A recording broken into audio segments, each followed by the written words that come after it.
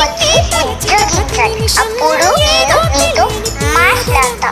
కోపం ఎందుకొచ్చింది అని అడగకు, నాకు కూడా తెలియదు. గుండెలోన చోటిస్తాలే నన్ను చేరుకుంటే, వేలు పట్టి నడిపిస్తాలే నా వెంటే నీవుంటే.